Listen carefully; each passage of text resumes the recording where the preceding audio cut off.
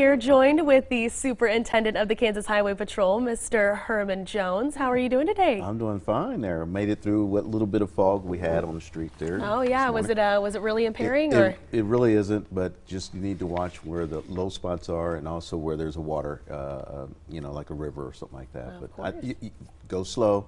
Make sure your light's on. You'll make it. Awesome. Well, we're going to start off with a little bit of background here on my first question. So Trooper Justin Dobler has been reinstated to the Kansas Highway Patrol after being terminated following a deadly chase. Prior to his job being terminated, he supported allegations by fellow KHP employees of sexual assault filed against you. Some are saying his termination isn't linked to that deadly chase, but rather to the support he provided to those coworkers. What do you have to say in response to his getting his job back? Well, I mean, obviously we felt there were some issues there that we felt termination was appropriate. Civil Service Board felt different like that, felt that it was a suspension. So we're dealing with it, and we're just going to move on with that. Okay. And I understand, it's difficult to talk about, but the Kansas State Troopers Association said that they, quote, "We hope that this decision and those that follow will finally send a clear message to Governor Kelly and the citizens of Kansas that a change in leadership at the KHP is absolutely necessary to salvage what is left of our agency." That has to be kind of difficult to hear. What is your response to that? Well, I mean, for the KSTA to feel that way, that's up to them. That's their opinion right there. I will say this, is that there are people that have perspective that don't always know all the facts, and from that then we'll move on. Of course. And have you spoken to Governor Kelly about the statement that was made? I have communication with the governor's office there. She gives support of what we're trying to do. And my main thing is just trying to make sure that the agency is, individuals that work here are doing the best thing for the citizens of Kansas, and that we hold them accountable to make sure they're doing the correct things. So am I wrong to assume that right to assume that there's going to be no resignation on your part and you continue to stay in this position that you're in? I am still in this position to do the things that are best for the people of this state. Okay, all right, and kind of switching gears now to school bus safety. Sure. You told me that school buses, getting on and off those school buses is the most dangerous time for kiddos when they're heading to and from school. What are some things that you recommend, families tell those kiddos when they're traveling to and from school to remain safe? Well, just for the students on the school bus, just make sure they're paying attention. Now, the statistics show that any pedestrian fatality that is associated with a child on a school bus getting off and on is the most dangerous time.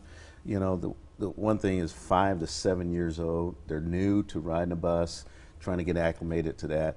They're smaller, so sometimes they're hidden a little bit compared to the motoring traffic there, even to the school bus driver. So parents, make sure that the students understand how to get off and on. Use the rails, take time, get on there. Be very alert to what's going on around them once they get off of the school bus. And distractions, one of the things that we have now are phones and other things and games. Put those away until you're phones? Completely. Oh yes, oh yes. I've seen young kids that have phones just for the connection and communication with the parents there, but also for those that are traveling. When you see a school bus, anticipate it's going to stop. When you see the yellows, anticipate that it's going to make a stop right there. And also, if you're if you're not on a divided highway, you can anticipate when that stop arm comes out, you need to stop. It's illegal, right, to Yes, it is. zoom on past those? Yes, it is, and it's probably about a fine of about $315, and so that's a big ouch in your wallet. But at the same time, it's a bigger ouch if you violate that and you strike a kid. Yeah, and it's something you can just so easily prevent by stopping your car for a moment or two. Yes, it is. Yes, of course. And I know that we got the big holiday Labor Day weekend around the corner, marks the end of summer. What are you guys doing at the Kansas Highway Patrol to make sure people are safe? And that's a good thing, because Labor Day is it seems like that's the close of the summer. Although schools start, people will maybe want to do a vacation. And actually, with the gas prices going down, we're anticipating more people driving. So, but if you're driving on the holidays, make sure you're doing it safely. The biggest things: wear your seatbelt, slow down, and don't drink and drive. Is more troopers going to be stationed out on the highways too, just to kind of ensure that safety? Yeah, we work with the Kansas Department of Transportation and also NHTSA. They provide grant money for us to be able to put more individuals out in overtime status right there. So our goal is just to make sure our highways are safe as possible.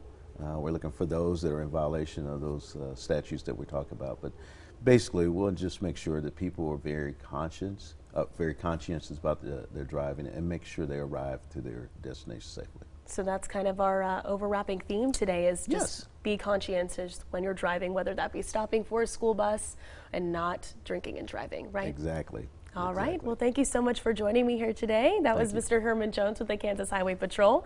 It's always a pleasure to speak with you. Thanks so much. You bet. Same here, Katie. Thank All you. right. Of course. And let's go ahead and